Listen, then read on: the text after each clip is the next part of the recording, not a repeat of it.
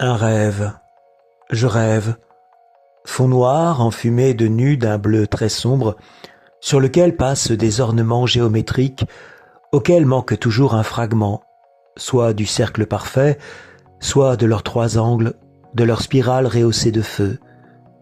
Fleurs flottantes sans tige ou sans feuilles, jardins inachevés, partout règne l'imperfection du songe, son atmosphère de supplique, d'attente et d'incrédulité.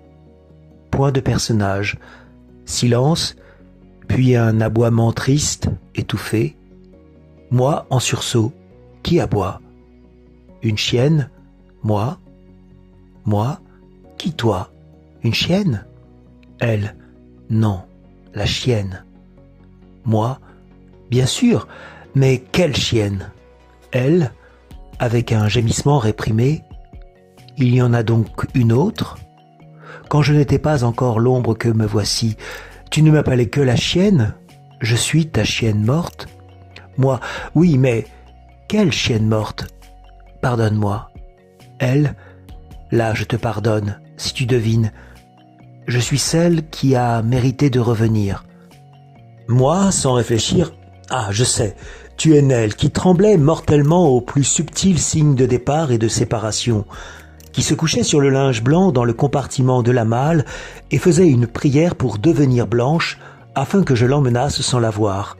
Ah, Nell, nous avons bien mérité qu'une nuit enfin te rappelle du lieu où tu gisais. Un silence, les nues bleues, sombres cheminent sur le fond noir. Elle, d'une voix plus faible, je ne suis pas Nell. Moi, plein de remords. Oh, je t'ai blessé. Elle, pas beaucoup, bien moins qu'autrefois, quand d'une parole, d'un regard, tu me consternais. Et puis, tu ne m'as peut-être pas bien entendu. Je suis la chienne, te dis-je. Moi, éclairé soudain, oui, mais oui, la chienne. Où avais-je la tête?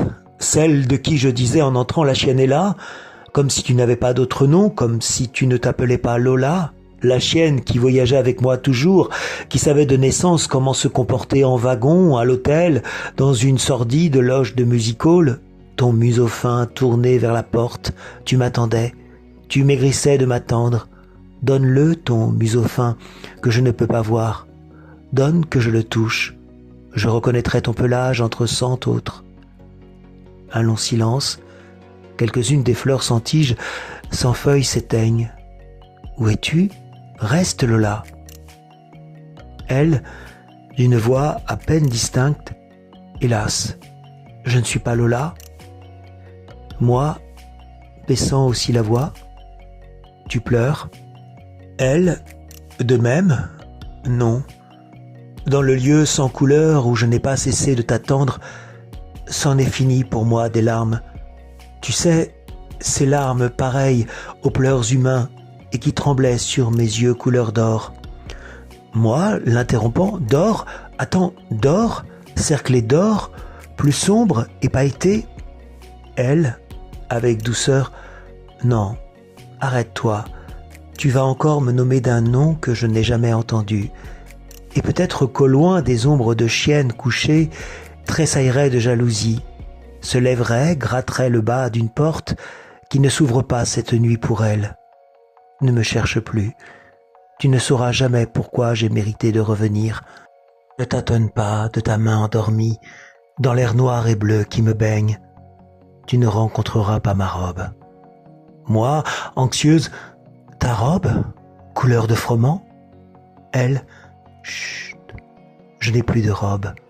Je ne suis qu'une ligne, un trait sinueux de phosphore, une palpitation, une plainte perdue, une quêteuse que la mort n'a pas mise en repos, le reliquat gémissant enfin de la chienne entre les chiennes, de la chienne. Moi, criant, reste, je sais, tu es... Mais mon cri m'éveille, dissout le bleu et le noir insondable, les jardins inachevés créent l'aurore et éparpillent, oubliés, les syllabes du nom que porta sur la terre, parmi les ingrats, la chienne qui mérita de revenir, la chienne. Colette.